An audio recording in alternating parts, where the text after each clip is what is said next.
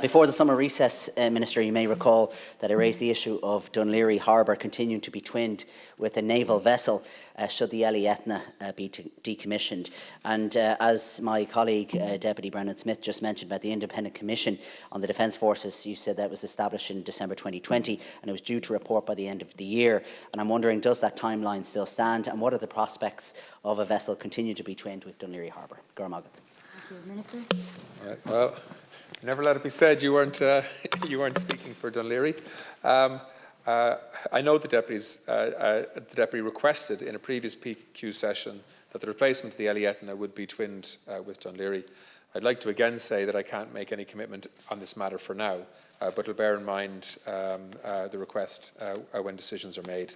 The deputy will be aware that official celebrations marking the Naval Service's 75th anniversary began in Dunleary Harbour, where the Ellie Samuel Beckett berthed overnight and departed the harbour, heralded by a 21-gun salute. I was there.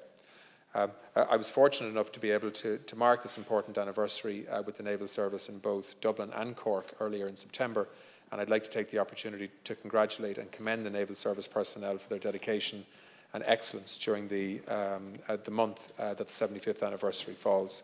I'm satisfied that the Naval Service continues to maintain and further develop its strong connection with the harbour and the local community today and into the future. There is a long-standing and ongoing tradition of Naval Service ships using Dunleary Pier and harbour, both for shelter and for shore leave. The Naval Service will also make use of the harbour for training by the Naval Service Reserve. The flagship Eithne is twinned with Dunleary as part of the Naval Service fleet adopted ports. The commissioning ceremony of Ellie James Joyce took place in Dunleary in 2015, and the freedom of entry to the county was bestowed on the Irish Naval Service by Dunleary Rathdown County Council in 2017 in recognition of its work in the Mediterranean humanitarian crisis. The connection between Dunleary Harbour and the Naval Service is an important and strong one that continues to be fostered on an ongoing basis, and that will obviously be factored in to the considerations that the Deputy, I know, refers to. Thank you, Deputy. And thank you very much for those remarks, particularly about that connection between Dunleary Harbour and indeed the Naval Service. And that's just the connection that we want to maintain, as I'm sure you can appreciate. But I'm also glad that you did raise the 75th anniversary of our Naval Service. And I believe it's important to acknowledge the great work undertaken by our Naval Service and indeed the wider Defence Forces. You mentioned the Operation Pontus in the Mediterranean, in which the Eithne and indeed the Naval Service were awarded freedom of entry. The EU award to our Defence Forces, I think it was in 2015, for their work. And I think it is important to recognise the thousands of lives that our Naval Service and Defence Forces have saved, particularly in the Mediterranean. And I'm wondering, can the Minister outline the current scope of operations being undertaken by our Defence Forces in that region at present? Thank you, Deputy Minister. Yeah, so in terms of operations in the Mediterranean, we do have Defence Force officers in headquarters in relation to the ongoing EU-led operation now in the Mediterranean, which is ongoing. Unfortunately, we don't have the capacity to send a ship abroad right now, either on a humanitarian mission or for a sustained period of time, or to be part of EU operations in the Mediterranean. That's because, and people will know this, I'm on the record many times talking about it, we have had recruitment and retention issues in the Naval Service. We need to address those, and we are setting about doing that. But as a result, we do need to focus the assets that we have and the crews on those ships for fisheries protection and the other security work that they do in Irish waters.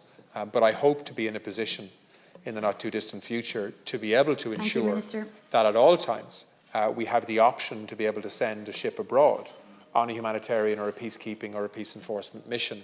Because in my view, the three arms of the Defence Forces, the Air Corps, the Naval Service and the Army, should all have opportunities to serve overseas. and I think that should be part of a career Thank in the you, Defence Minister. Forces, should people choose it. Deputy Devlin. Thank you for that, Minister Cathaoirleach. And just while on the subject of the Defence Forces, I want to thank you for meeting with the Women of Honour and indeed women who are currently serving in our Defence Forces, and for your own actions and statements on behalf of the Government for instigating an independent investigation. Cathaoirleach, I'd like to pay tribute to those brave women who have stepped forward to speak out about their own experiences, and the work done by Katie Hannon in RTE and indeed Dr. Clonan and others who have done some fantastic work at uncovering these type of issues. And the Minister might inform the House when likely the investigation is due to begin. Cormac. Thank you. Minister, 1 minute to conclude. Yeah, I know the next question will deal with this issue probably again in more detail, but just to say, as I said earlier, we're taking this issue really seriously.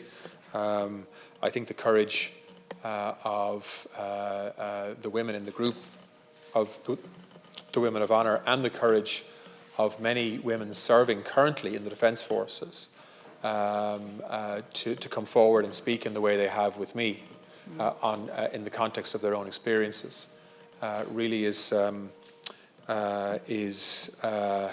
something that I want to acknowledge, and I want to give reassurance to those women that, one, I believe them, and two, we're going to act with them to actually ensure that we set up a very comprehensive and independent review process that can report back to me and ultimately to government in terms of how we respond appropriately to ensure that some of the experiences that have been highlighted to me are not experienced by people who are choosing to join the Defence Forces in the future. Okay, so our next question is grouped with a number of questions. So